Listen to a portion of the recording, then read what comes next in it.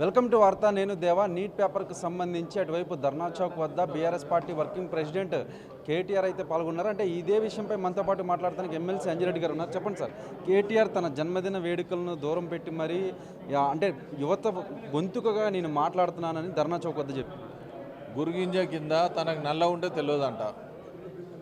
తన హయాంలో 9.5 ఇయర్స్లో 15 సార్లు పేపర్ లీక్ అయింది. హిస్టరీలో నెంబర్ 1. మరి ఆ రోజు దానికి జవాబు చెప్పినాక మాట్లాడని చెప్తాను ఉన్నా. దానికి జవాబు చెప్పినాక మాట్లాడండి.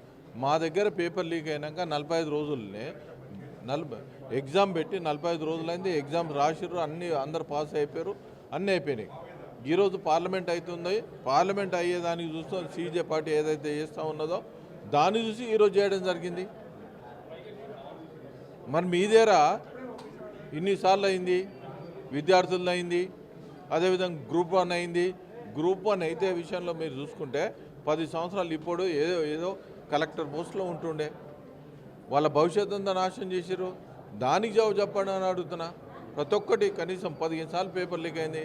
హిస్టరీలోను 9.5 ఇయర్స్ చేసిన తర్వాత 15 సార్లు పేపర్ లీక్ అయింది. దాన్ని బట్టి జవాబు చెప్పండి. దానికి అంటే యువతకు అంటే కేంద్ర మంత్రి ధర్మేంద్ర ప్రధాన్ రాజీనామా చేయాలని డిమాండ్ చేస్తున్నాడు కదా.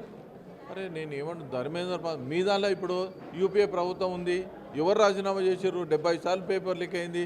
ఏ ఒక్క మంత్రి అయినా రాజీనామా చేశారని చెప్పండి. మేము రెక్టిఫికేషన్ చేసుకున్నాం. రెక్టిఫికేషన్ చేసి జరిగిన తప్పును ఎవరైతే ఉన్నారో 14 మంది మీద యాక్షన్ తీసుకోవడం జరిగింది. 14 మంది యాక్షన్ తీసుకోవడం జరిగింది. పేపర్ లీక్ ఎవరైతే చేశారో వాళ్ళు జైల్లో పెట్టడం జరిగింది. మీ దగ్గర చెప్పండి, సిబిఐ కూడా ఎంక్వైరీ చేయడం జరిగింది. ఇమ్మీడియట్లీ రియాక్షన్ అవుతూ ఉన్నది. ఈ రియాక్షన్ అయిన దానికి విద్యార్థుల భవిష్యత్తు ఖరాబ్ కావద్దని జస్ట్ మనకేందంటే దానికి టైం గ్యాప్ 13 రోజులు ఎక్కువైంది. దానికి వాస్తవం మేము ఒప్పుకున్న వాళ్ళకి రెక్టిఫికేషన్ చేయడం జరిగింది. దానికి జవాబు చెప్పు అంతే. మేము ఎప్పుడైనా కానీ సరిదిద్దే బాధ్యత మాది ఉంటుంది. అందుకోసానికి సరిదిద్దడానికి ఈరోజు కూడా ఇంకా అవసరమైతే కమిషనర్ కూడా ఈరోజు ట్రాన్స్ఫర్ చేయడం జరిగింది. అంటే కాంగ్రెస్ ప్రభుత్వం మొన్న చూసుకున్నట్లయితే చలో రాజ్భవన్ అని లోక్ భవన్ అని పిలుపునిచ్చింది. ఈరోజేమో బీఆర్ఎస్ పార్టీ ఆధ్వర్యంలో ధర్నా నిర్వహించారు. అంటే ఇవన్నీ కలిసి విద్యార్థులను రెచ్చగొట్టే ప్రయత్నం ఏమైనా చేస్తుంది అనుకోవచ్చు. నేను అదే అంటున్నా. కాంగ్రెస్ ప్రభుత్వంలో ఎన్నిసార్లు లీక్ ఇచ్చినప్పుడు దానికి చర్చకు సిద్ధం. ఎన్నిసార్లు లీక్ అయినాయి, ఎవరో రాజీనామా చేసి దానికి చర్చ సిద్ధమని అడుగుతా ఉన్నాం. ఇంకా మేము ఇమ్మీడియట్లీ రియాక్షన్ అయ్యి రెక్టిఫికేషన్ చేసుకొని విద్యార్థుల భవిష్యత్తు ఖరాబ్ కావద్దని ప్లాన్ చేసినాం. అదే బీఆర్ఎస్ విషయంలో తీసుకుంటే ఇంటర్మీడియట్ పిల్లలు 23 మంది చనిపోయారు. ఆ రోజు ఏం చేశారు? ధర్నా చౌక్ ఎత్తేసి మేము నిరసన ఆఫీస్లో లేకపోతే మీడియా ద్వారా నిరసన. ఈరోజు ధర్నా చౌక్ ఎత్తేసిన ముఖ్యమంత్రి కొడుకు, మీ మంత్రి ఉన్నప్పుడు ఎత్తేసిన వాళ్ళు ఈరోజు ఏ ముఖం పెట్టుకొని ఈరోజు ధర్నా చౌక్ దగ్గరికి పోయారు. దానికి జవాబు చెప్పమంటున్నాం. అంటే తన బర్త్డే రోజు బ్లాక్ షర్ట్ వేసుకొచ్చి మరీ నిరసన తెలుపుతున్నానని చెప్తున్నారు కదా బీఆర్ఎస్ నాయకులు.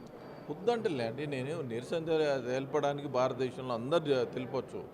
అందుకోసానికి ఇప్పుడు తన జ్ఞానోదయం అయింది. ఎందుకంటే ధర్నా చౌక్ ఉంటే ఏ గవర్నమెంట్ అన్నా తప్పులు చేసేదానికి ఇక్కడ ధర్నా చౌక్ చేసుకుంటే దానికి రెక్టిఫికేషన్ చేసుకొని గవర్నమెంట్ సక్రమంగా నడిపించవచ్చు అని ఈరోజు జ్ఞానోదయం అయినట్టుంది. అందుకోసం బర్త్డే రోజు దానికి ఒకసారి స్టార్ట్ చేసిండు, నాలెడ్జ్ వచ్చినట్టు.